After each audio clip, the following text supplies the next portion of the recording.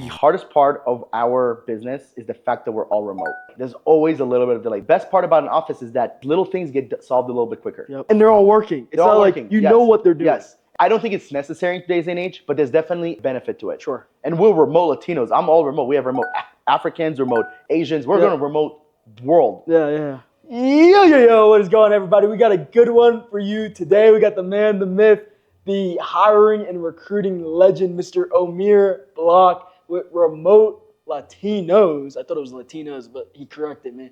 Formerly Faba. Omir has honestly been in my life since I pretty much got started in the agency space.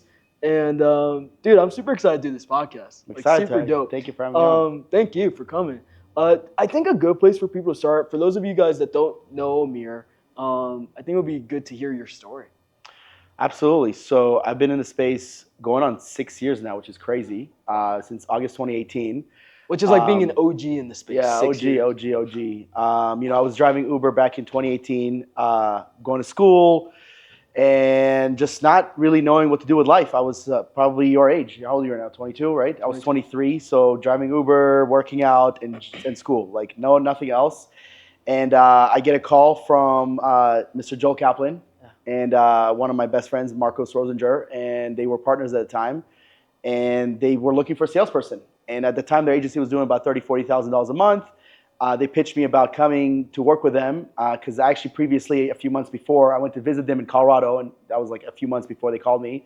For some reason, I sold them on like me being a salesperson there, but I was just like, I'm in school, I'm working out. Like, that was my life. And it's funny because I rejected the offer. A lot of people don't know this. And I rejected the offer, and I was just like, I'm moving on with my life. And then Joel called me again. He was just like, dude, are you like, do you have mental issues? Like, why are you not, you hate what you're doing, you're wasting your time, everything about your situation is not good. What's the worst can happen? He's like, you're going to move here, it doesn't work out, you'll move back.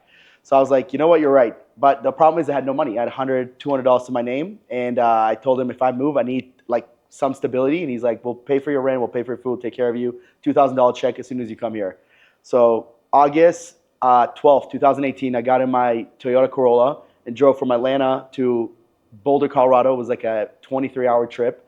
And they handed me the check, and I started working. Like, literally, I got there Monday, like August 13 or 14 or whatever that date was, and I started working the second I got there. And I didn't know what the hell I was doing. Like, I don't think they knew what they were doing. I think they were lucky. Nobody else, there was no coaching space. Nobody was teaching them how to do anything. They were doing things that obviously they were getting results, but there was no sales process. I literally remember, people don't even know this, I used to watch Marcos, who was selling, and Joel was more on the marketing side. I would watch Marcos sell, and he would get on a Zoom call with people, and he would share his screen, and it's an onboarding form. So an onboarding form, and that's what he's sharing. And he's going question by question, and then the pitch was like, which option sounds better to you, this or this? And it was on the form.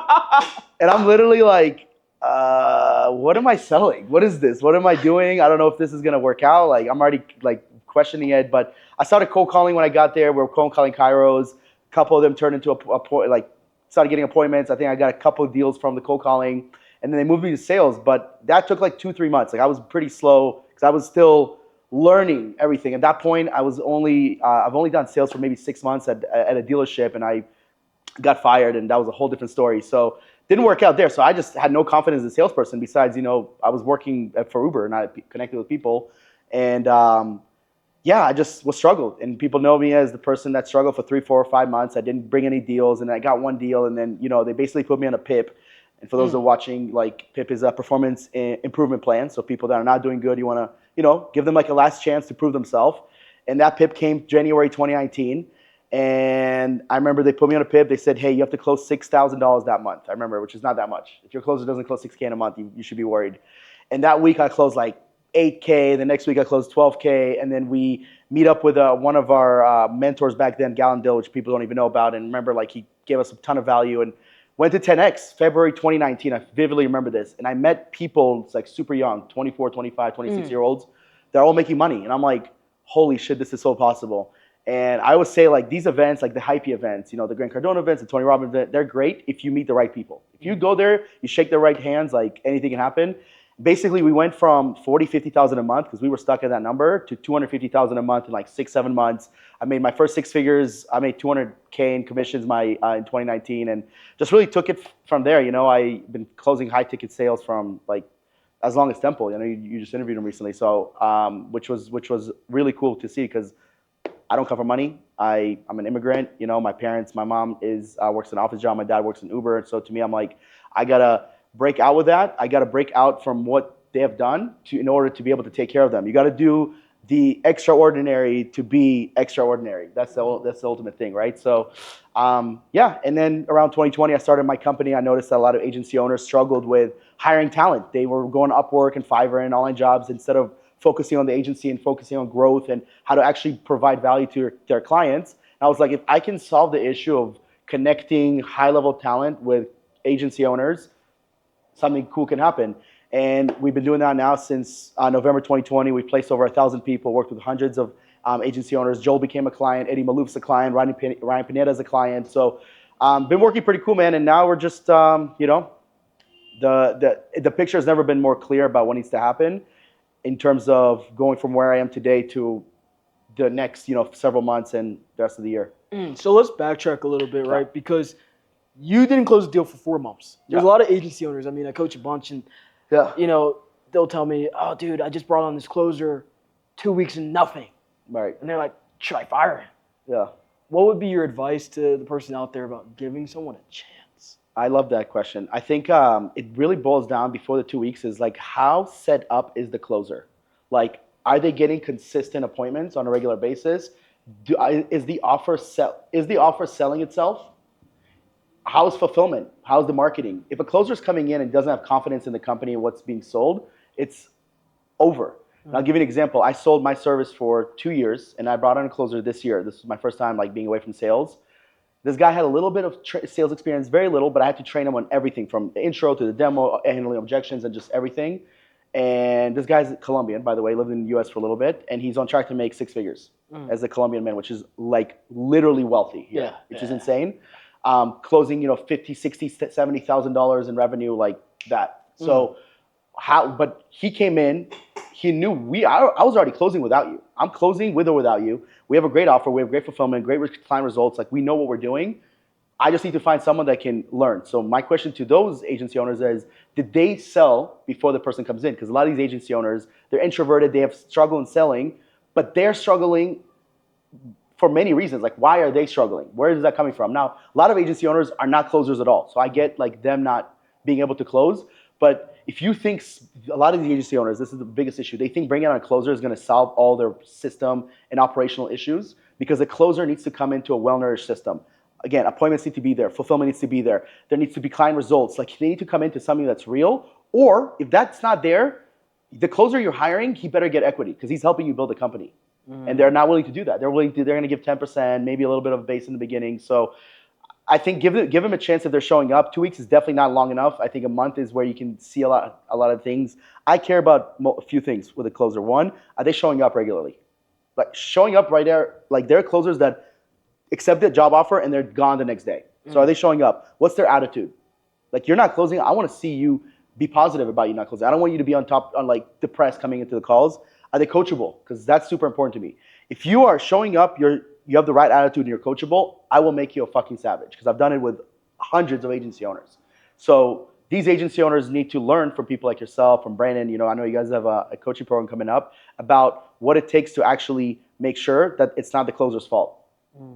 And a lot of closers get put in a position where they are forced to close without having any help. I think that's where, things kind of slow down. Interesting, man. So, okay, you went from closing, and you were one of probably Agency Lab's best closers, top closers at the time. Yeah. So, which is Joe Kaplan's company. Yeah. What was the thing that said, because I just did my podcast with Temple, and he's like, yeah, I'm just going to sell. I'm making more money than most business owners. What was the thing for you that was like, I'm going to go ahead, do my own thing, even though I'm making a ton of money? Oh, yeah, I make more money then than I make now, right? Because profit. It's literally not even close. But my vision is much bigger than money, because in order for me to do what I want to do, I cannot just sell. I love Temple to death. He's one of my closest friends, and I would, he knows I would say that to him too. At some point, you need to have your own thing, because selling you get to a point with selling where it's like I want to have my own thing, and he's building his own thing, right? So, it's funny because in February 2020, I talked to Jana, who you know as well, and she asked me. We were in Vegas at 10X again, which is hilarious. By the way, I don't go to 10X anymore, but I went twice and it was really good. She asked me, like, dude, it was so random. We were walking in Vegas. She's like, dude, so like, what do you want to do? Like, do you want to just sell? And this is pre-COVID, February 2020. I vividly remember. I was like, yeah, I'm making good money. I was making. You were at 10X in 2020? Yeah. I was there too. It was such a good event. That's so crazy. Yeah, that's wild. That's wild. Because that's before we met. Before we met, right? That was the Kevin Hart, Dana White, John Travolta. Yeah. That was the only one I went to. I went to the boxing fight too. Yeah. It was crazy. It was a great event. And yeah, what a small world. But she asked me as we're walking through the casino, like, hey, what do you want to do? Like, do you want to just keep closing? And I'm like, yeah, I'm making 20, 30K a month. I'm doing fucking good. At the time, I was 25 years old, which is still like super young. And like, I didn't have this VA vision, this remote team members, whatever. And fast forward literally 7-8 months later, I'm like, there's something here. And it's really funny because, again, bringing up Temple, he works for Cole Gordon. Mm-hmm. Cole Gordon at the time, this is 2020, this before he launched a lot of his companies, he had coaching. And I literally remember telling Joel, this is probably one of Joel's biggest mistakes, by the way. I love Joel to death. But I remember coming to Joel, I'm like, Joel, listen, there's an opportunity here where I will train closers and we will place them. I will find them, train them, and then we'll place them into agency owners. And he's like, dude, you're too new. He told me this. You're too new at high ticket. Stick to high ticket. Like, because I was just learning how to sell Agency Lab at the time, right? I was moving from the agency to selling high ticket. And I was like, bro, trust me, this is going to blow up. Like, someone's going to figure out how to place closers that are trained into agency owners. They'll sell it for 10, 15, 20K a pop. I remember telling him that, and him and Sergio rejected me. And I was just like, it is what it is. And then about a month later, I came up with my company, which we can get into later. But yeah, dude, I just think that you get to the point where you don't want to sell anymore. This was the first year I got burnt out from it. Like, it took me 6 years, Wow.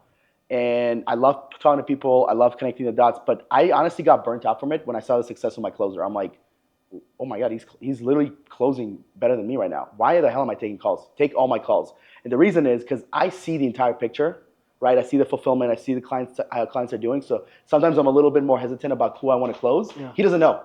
He's just, all his job is to close deals. So I'm like, this is exactly what you need to do. A CEO needs to remove himself from sales so the closer can focus on sales, and the CEO needs to focus, how do I make the product better? How do we move the needle? How do we get more affiliates? How do we systemize more things? And yeah, that's the point. It's so funny. I was like, even working today, and I'm like, I think about this like quite frequently. Like, when I used to close, I just had to fucking worry about closing. Am I hitting my KPI? What does my calendar look like today, tomorrow? Who am I talking to? And then that's it. So if you're closing and if you're a closer, like, your life is so freaking easy.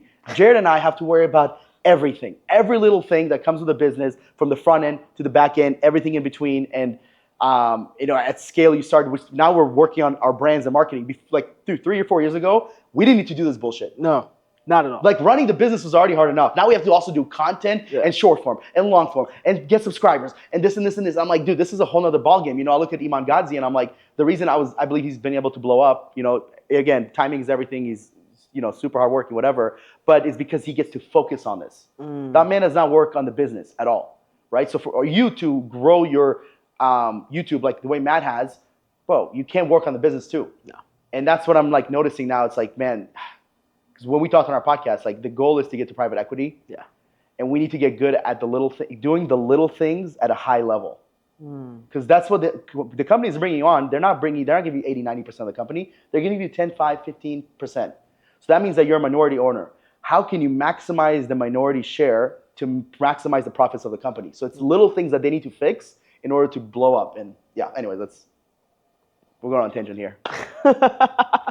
Make sure you guys hit that like button and subscribe button as well. Yeah. Dude, I'm super curious. So you work with people like Ryan Panetta, Joel Kaplan, and a lot of other big names. Yeah. You're really good at networking. I'm assuming that's how you got a lot of these people. Right. But how are you so good at just knowing so many people, and especially high-level people? Yeah. Good question. I think that a lot of people, they network and without intention. They just network to network. They don't know who they're networking with, and they network without an intention, where I'm at the level now where I'm noticing people like Ryan Pineda, for instance. This is a really good tip for a lot of people. Is like, dude, they don't give a fuck about affiliate money. Like, cool. Like, he rejects probably millions of dollars from affiliates. He wants a piece of the pie. Like, in order for you to work with him at a high level, he wants a piece of the pie. Now, we don't have that with him yet, but we've had talks with him, right? Mm-hmm. We've had talks with the other big people in the space. And, like, cool. Affiliate money is cool. They get a few $100, a few $1,000, cool. But, like, they want to figure out how they can really blow you up beyond, because at the end of the day, it's a what's in it for me business. They're not just blowing you up just for, oh, I want to make you feel good, and then like I don't really care. Like, they're not your family. They don't owe you anything. So first things first is that you need to know who you're networking with, right? Like, you're not asking Eddie or Ryan or Joel like their story unless you're doing a podcast with them. You should already know who you're talking to. Like, that's the first thing. Holy shit, it's Eddie Malouf. He has X amount of time available when I'm talking to him. What is a question? What can I think about that would register to him where like this guy's serious, right? Maybe it's a business question, maybe it's an opportunity. Show him that you care. I think one of the best ways to network is investing into masterminds. You've done the best job with this. Dude, you think Ryan Pineda we were on his radar? Fuck no, we paid him $50,000. He's like, hey guys, nice to meet you. And now we can play golf with him and you can hang out with him and it's cool. Pay to play. Pay to play, dude. Pay to play, especially with the big players. Like, there's no other way unless they find you through there's two really ways. You get recommended by them. Yeah. Like if I'm like, yo, Jared, meet Ben, like he's one of my good friends, or you pay. Outside of that, you're not gonna just see them on the street, whatever the case is, right? So I think that's something that people are always like very hesitant about. So I know a lot of your listeners are, gonna be thinking about joining the mastermind and the coaching program you guys have. The number one way to get Jared's attention is to pay him. DMing him, cold calling him, sending him gifts, like all that stuff, it's cool, and he probably won't even notice a lot of it. You pay him, he's like, all right, this guy's serious. And the more you pay, the more he's gonna pay attention. That's why Ben's here. Like, he gets to come on trips with me. Right. This is the third trip he's come on with me. Here's a great example. We paid Ryan Pineda $50,000. Most of these agencies can't even pay $10,000. Yeah. We paid $50,000 on the spot, like wire, not double. Like, here's 50 grand. By the way, I've never seen that. I've never wired that much money. I was just like, holy mother hell. Like, that's like people's yearly salary. We just wired to this Filipino motherfucker. You know what I'm saying? I didn't know. He's Filipino? He's Filipino. People don't even know that. Yeah. Wow. He looks like Mexican. He looks Mexican plus Pineda. Yeah, right? But he's Filipino, which is hilarious. Crazy.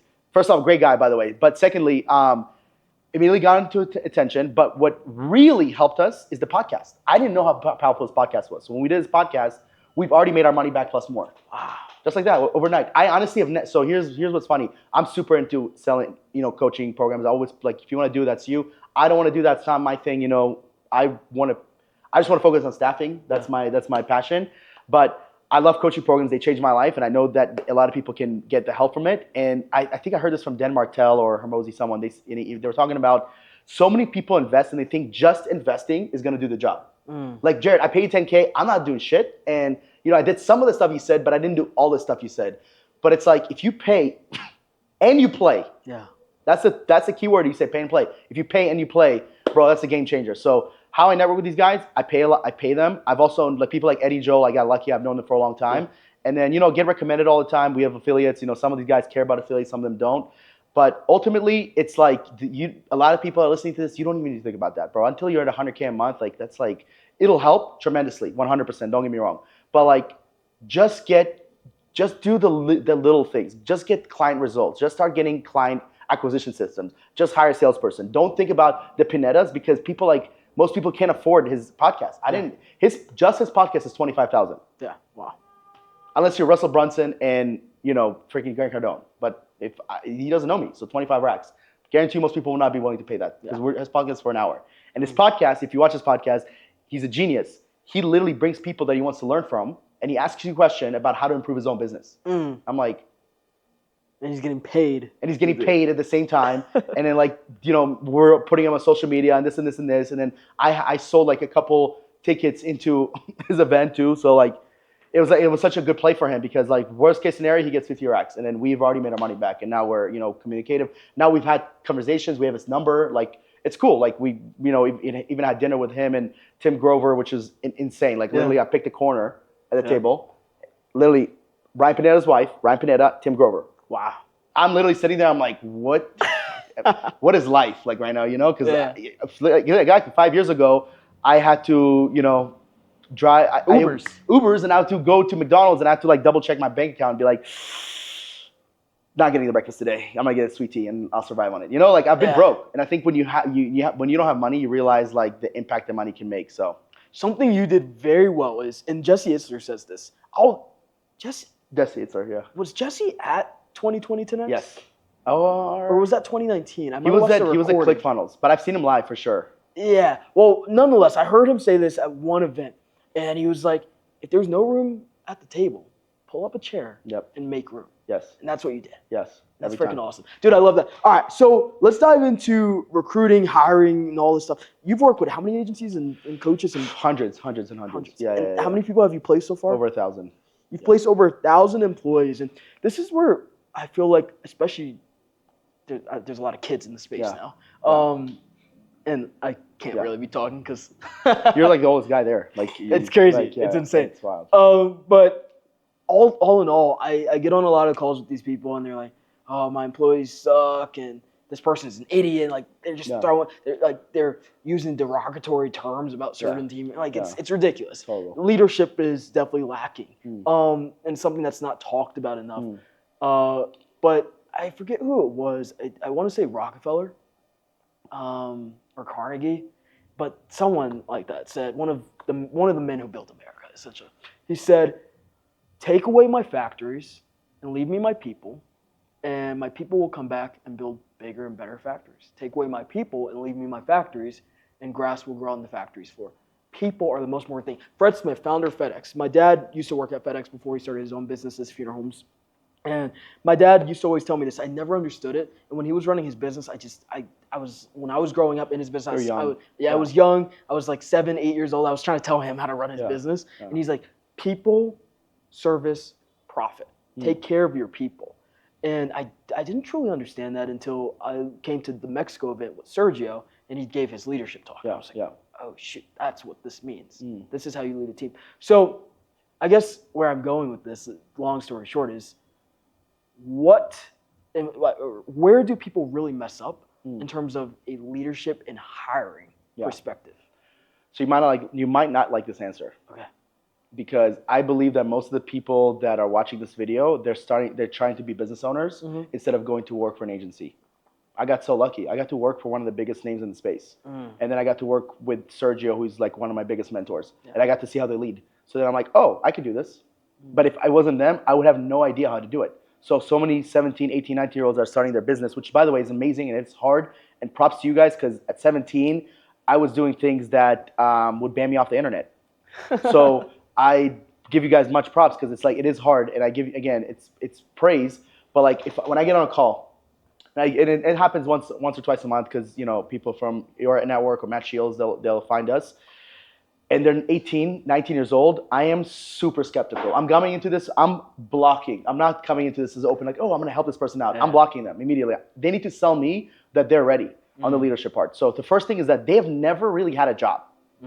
Whether it's, I worked for Toyota dealership, I worked at Top Golf, then I worked for a marketing agency, then a coaching program. I had years of experience to learn under people for corporation, for startups. So I got the chance to learn. Do you need years? No, but I think it helps. So a lot of you people that are watching, dude, if I'm 17, 18, I'm not building a business, I'm going to go work for Jared. I'm going to go work for Ben. I'm going to go work for people that have things that much more established, because they had to learn the hard way. I would have told them this, and they would have hated me, and they'd be like, dude, what the fuck? I don't want to go work, because you guys have made it this far. But you guys are like the anomaly. This is not common, right? I mean, even Matt's super young too. I mean, when I met Matt, he was 19 years old, and seeing you guys run like multi-million-dollar businesses, it's incredible. It's amazing. But if I'm a 19-year-old, I'd rather go work for you guys to learn how you guys operate and learn a specific skill set. But let's say you're like, F a job, I don't want to do this, I can lead. Well, then you got to learn from people who have led, right? So next play is, you don't want to work for them, pay them. Pay people that have actually built teams internationally. Every person that Jared has hired has been older than him. Like, I would literally get on a call, and Jared is with a bunch of 25, 30, 45-year-olds that are working for him. I'm like, and this is when he's like 19. I'm like, how is this work?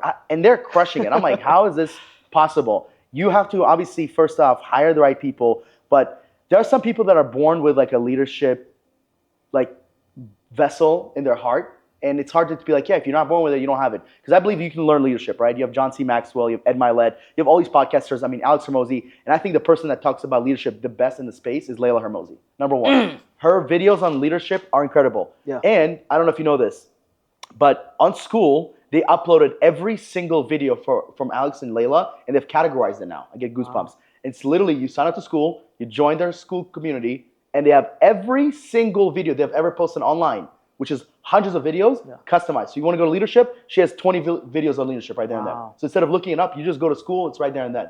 So you learn from people that have the leadership, but also you need to when you're 19, 20, 21, 22 years old, even for Jared, when he hires people that are significantly older, if you're 26, 27, even me, if I was to work for Jared, I'm a little older, 29. But if I'm 40 and I'm working for you, like, it is a dynamic that you have to, whether you're a woman or men, you have to be daddy or mommy. Like, they have to look at you like, this guy runs this ship and it goes by him.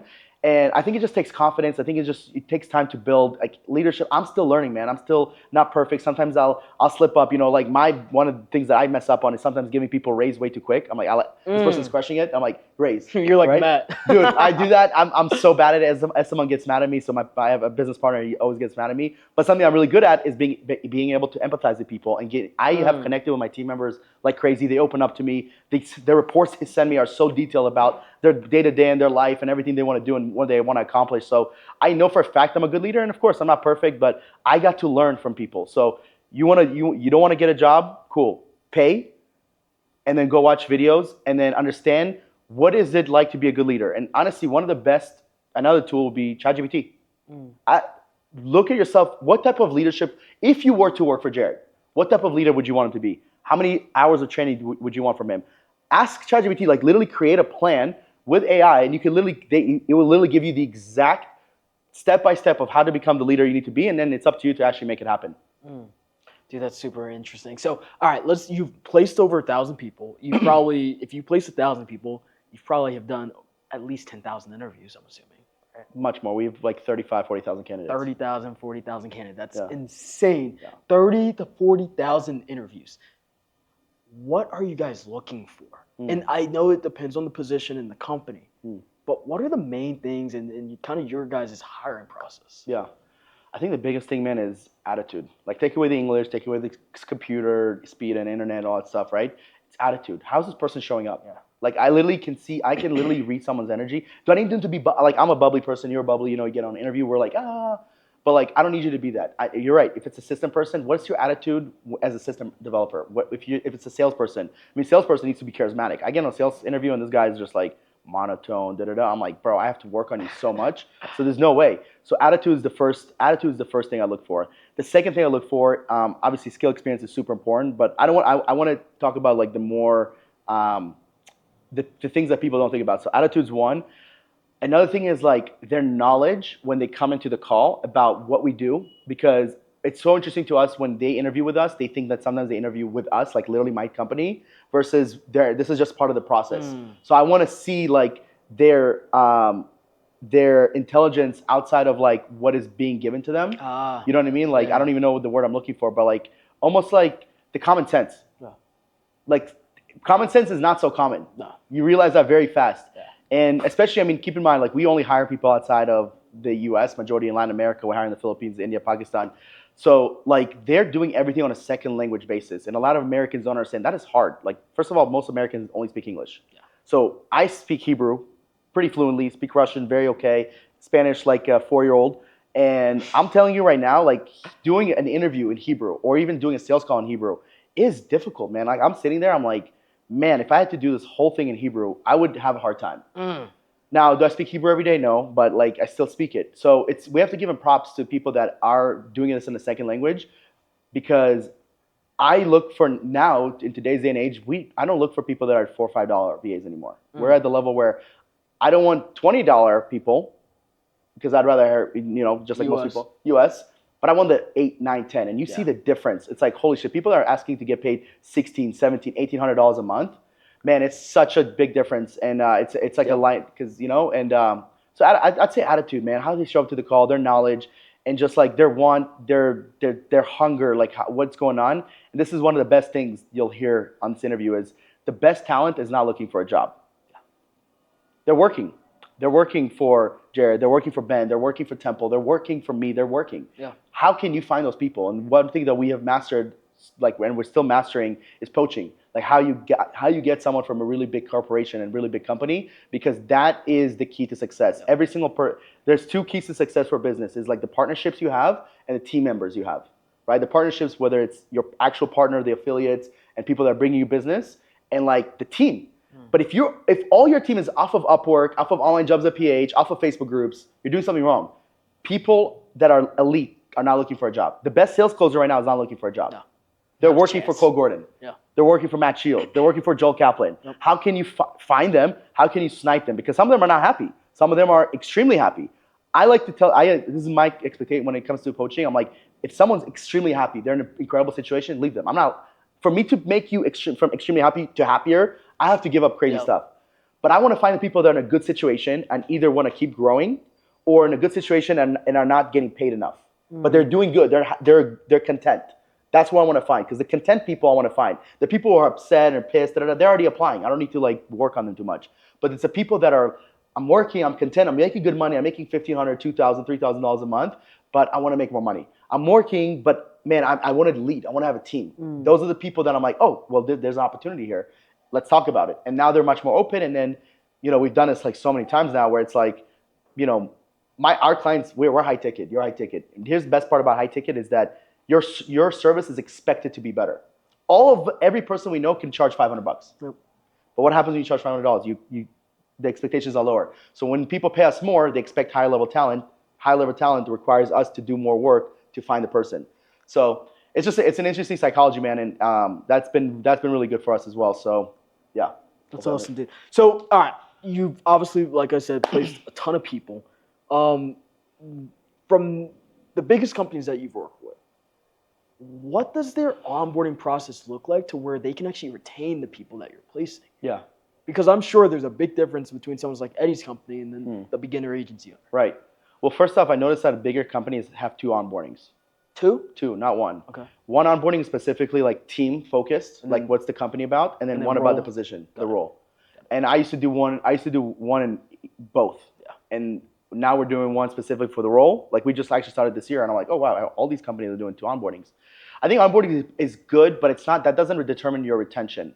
It'll determine in the first month. Sure. But it doesn't determine it long term.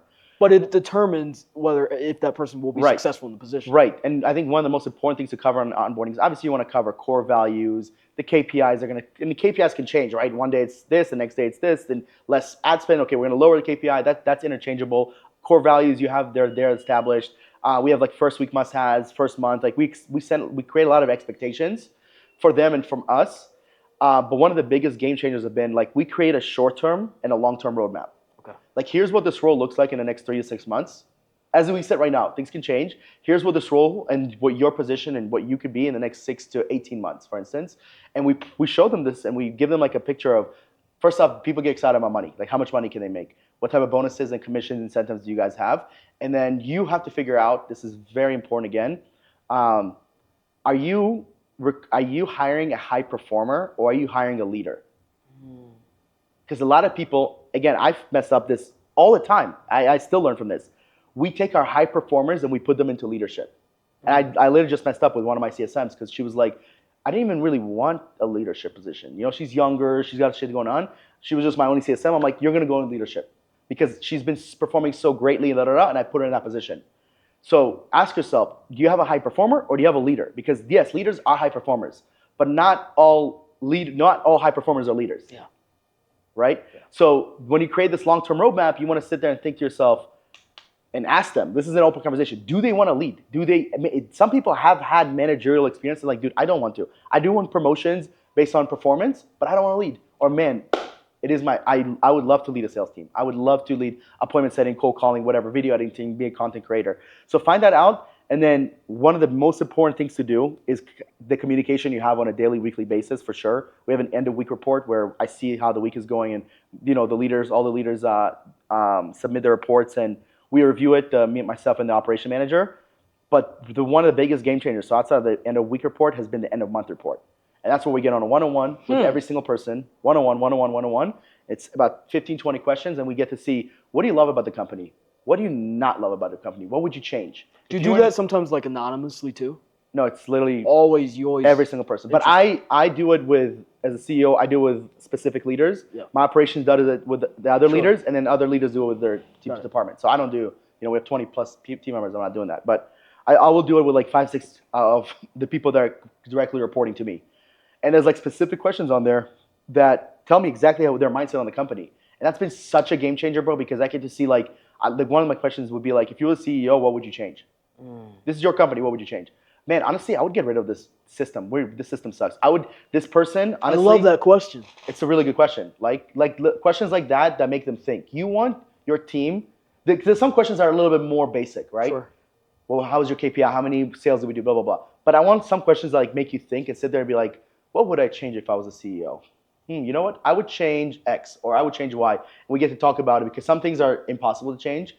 And I would say, I'm sure you've dealt with this a lot, and a lot of your students and people that are watching this. The hardest part of our business is the fact that we're all remote. And there's a delay. There's always a little bit of delay. This is why do you think Eddie has an in-office team?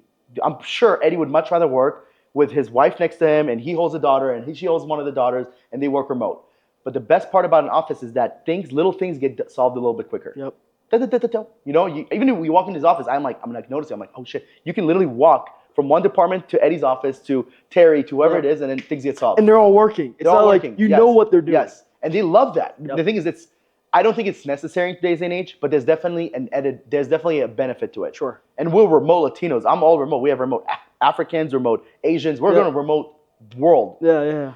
But there is a disadvantage of, man, sometimes you might not see a message. Sometimes things get missed out. So communication is just part of the day-to-day. And I tell people, like, yes, hitting KPIs is important. Being a culture fit is important. But if your communication sucks, you're fired. I've literally fired people that were performing, but their communication sucks. I literally just did that last week. Wow. This guy and I gave him multiple chances. This guy was doing everything good. Communication sucked. And I'm like, bro, it drives me crazy because I don't know what you're doing. Yeah. So, yeah.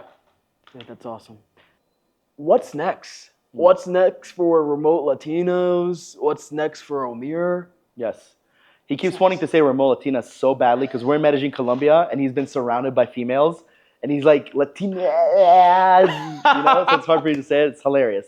But what's next is we're building a SaaS company right now. Wow. We want to create a marketplace for people to find people without us being involved on a day-to-day. So we basically have the high-ticket offer right now where you can come, you pay us, we'll do the work, and then pay someone.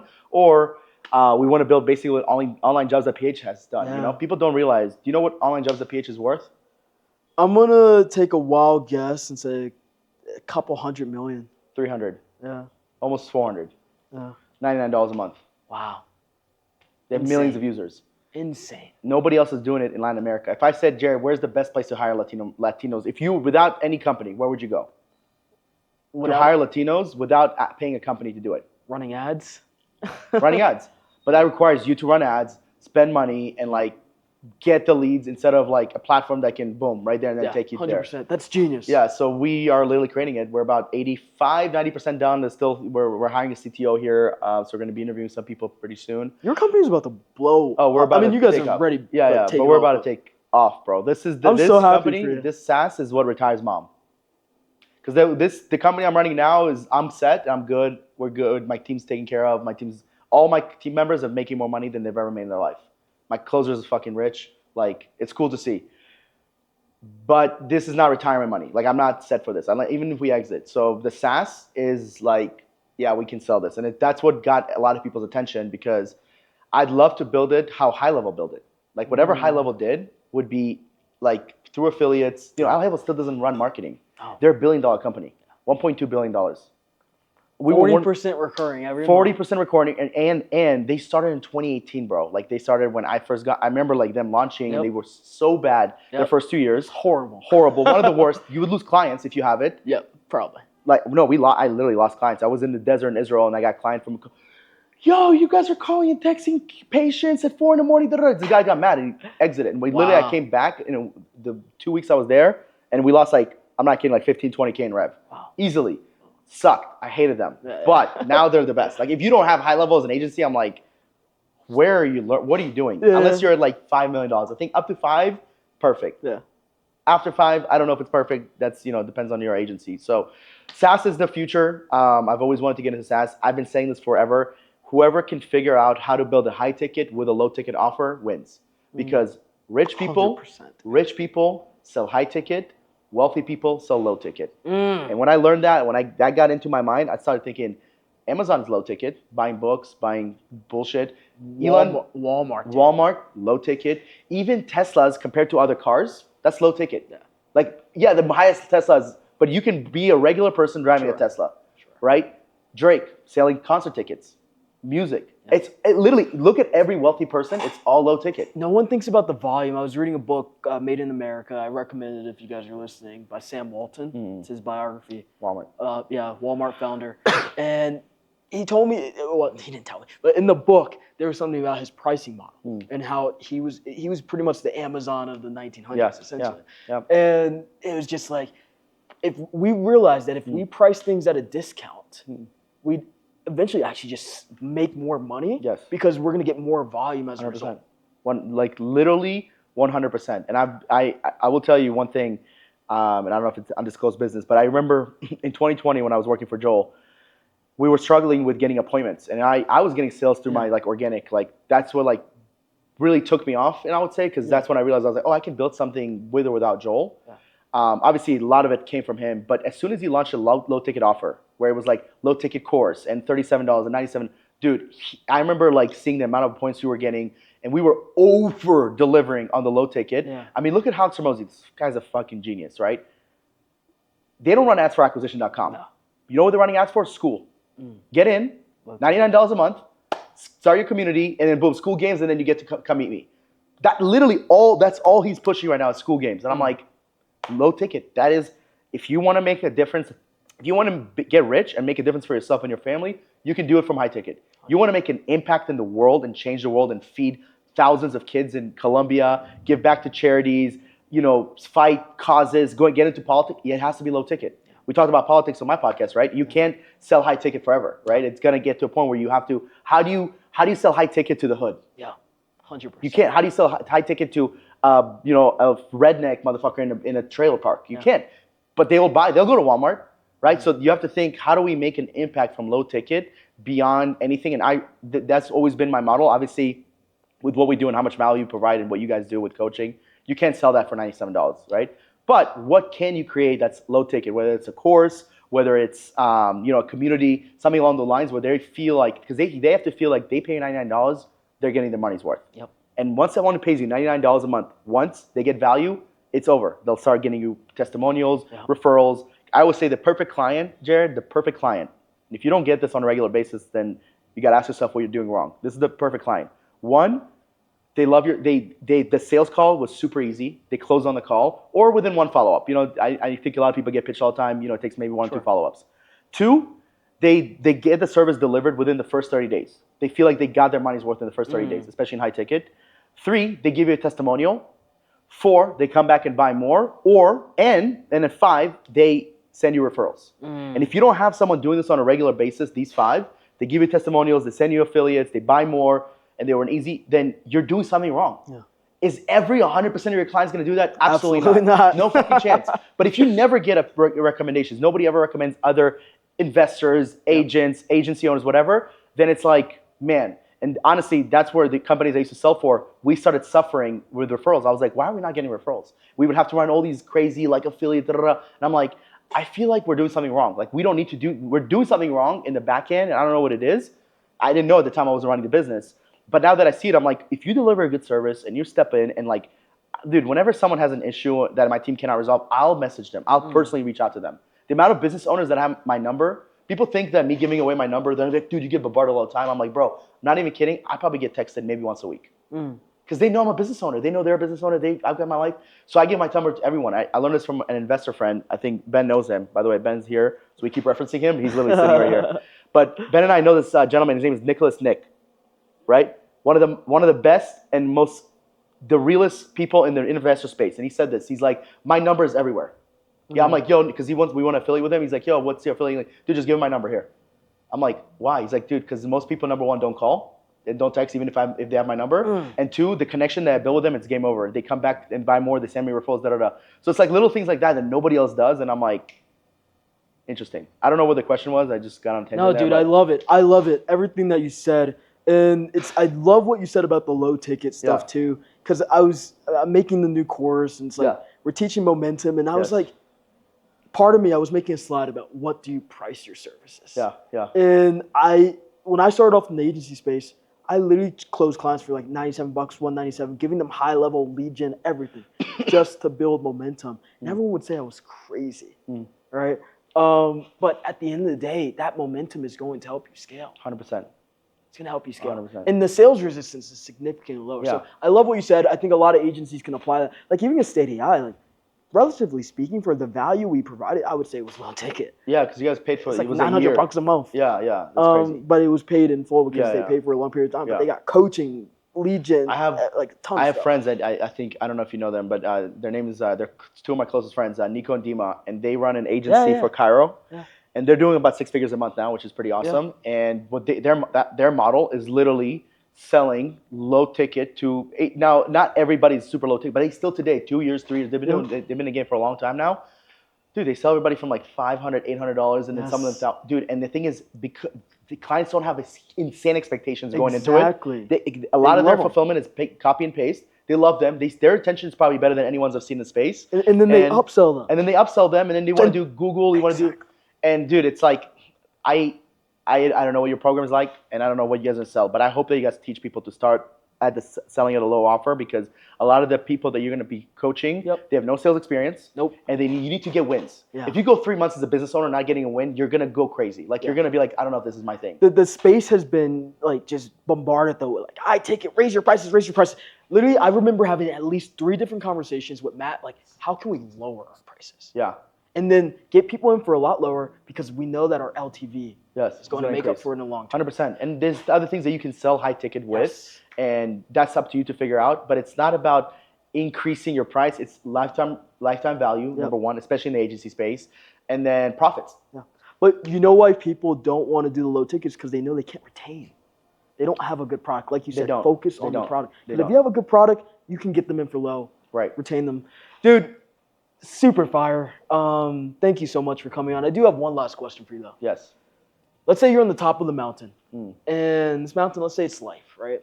There's people on the bottom. There's a tsunami coming. Everyone's about to get wiped out. What would be your advice on how they can get from the bottom of the mountain to the very top?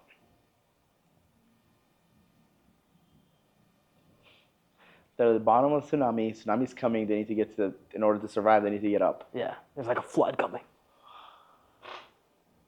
The silly answer would be to surf and get on the wave and get the fuck up. But that's not realistic. The real answer, I've never been asked this question. It's so interesting. The answer would be, fuck. Is this a trick question? No. Is this just anybody? Because I don't know if you're like, oh, actually. I got this question 3 years ago on a podcast with Glenn Lundy, big car dealership guy, Grant Cardone friend. And like, it blew my mind the way he broke it down. What he answered. Okay, so surf is this silly question, but my actual answer would be, well, how much time do I have? To answer? No, how much time do I have to go? So like the tsunami's coming. How much time do I have to get up? Let's say you have a whole day. You have a whole day? There's a flood coming. And I have nowhere to go. It's because I can break it down so many different ways. I would say find the nearest airport and get the fuck out of that tsunami place, or you know. But they have to get to the mountain. They have to get to the top of the mountain. Okay, what about get to the airport and get a helicopter and get to the top? I love it, dude. I'm just like trying to think of like the fastest way, but you have a whole day. You have to become creative, and I think that's a great way to look at life and business. Is what's the path of least resistance? That's a simple approach, way easier than the approach I did when I gave my answer. So I love it, dude. I will tell you another one is to break that answer one more is if you should be the person that's aware that it's coming ahead of time. So if you know, everybody else knows that it's coming in a day, I should know that it's coming in 2 weeks. So I would already start backpacking before anybody else, if anything. Wow. So be proactive. That's actually our first core values, proactive. But I also want to give one more tip of advice, which has nothing to do with this. Okay. A lot of your agency people that are watching this, students, they're probably young. I think that if I was not to go work for someone, because again, that is my first thing, go work for Jared, go work for someone that's looking to hire. However, if you're like, F a job, I see Iman Ghazi, I see Joel, I see all these people, they're making money, they don't talk about getting a job, whatever. Don't listen to me. You want to go start an agency, partner. Find someone that you can be 50-50 with, where you still are working a job, because in the beginning of the agency, you are working a job. Sure. 100%. Just like I would say to people, it's hilarious, because all of us here in the room are virtual assistants, but we don't see that. Because we're like, I'm not a VA. I'm like, yeah, you serve people, you service people virtually. You're a virtual assistant. Shut up. Yeah. But partner with someone that has the complete opposite skill set as you, that person can focus on the back end and systems and marketing, because that is one thing. And then you focus on sales, client acquisitions, training the team, leadership, things like that.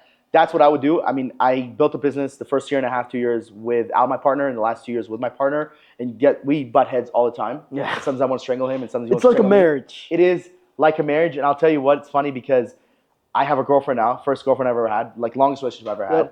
And I'm dealing with both of them, differently. And I'm like sitting there, I'm like, this is so funny how so similar. It's so similar, because you and Temple talked a little bit about dating, which has a lot to do with business. But dating is like, I don't know, most people that I look up to and people that I'm friends with, they don't want to always date. So maybe you're in a dating stage, that's fine. Do your thing, especially if you're young, especially even if you're old, that's fine. But I think most people do want to settle down. Yeah. So what I noticed is the reason I had trouble settling down is because I was always going on dates. And I meet girls and it would piss me off, and I would never put up with them. And then but now with this girl, I really like her. I'm like falling in love with this girl. But there's certain things that I do that she doesn't like, certain things she does I don't love, whatever. And it's the same thing with Esteban. But the majority, like the majority of the pie is good. It's positive. We're profitable. We think alike. We have the same core values. Yeah. We want to make a change. So the last tip is for anybody watching, find someone in the community, in Jared's group, Matt's group, wherever, that has the opposite skill set as you. Partner up with them so you can focus on learning the one skill that you need in order to scale. Damn, I love it. Thank you so much. You're the Appreciate man. you. You're the man. Guys, make sure you check out Remote Latinos and check out Omir. All his contact information is going to be down below. Make sure you smash that like button, hit the subscribe button, and turn on post notifications for the next fire video. And that's a wrap. Let's go.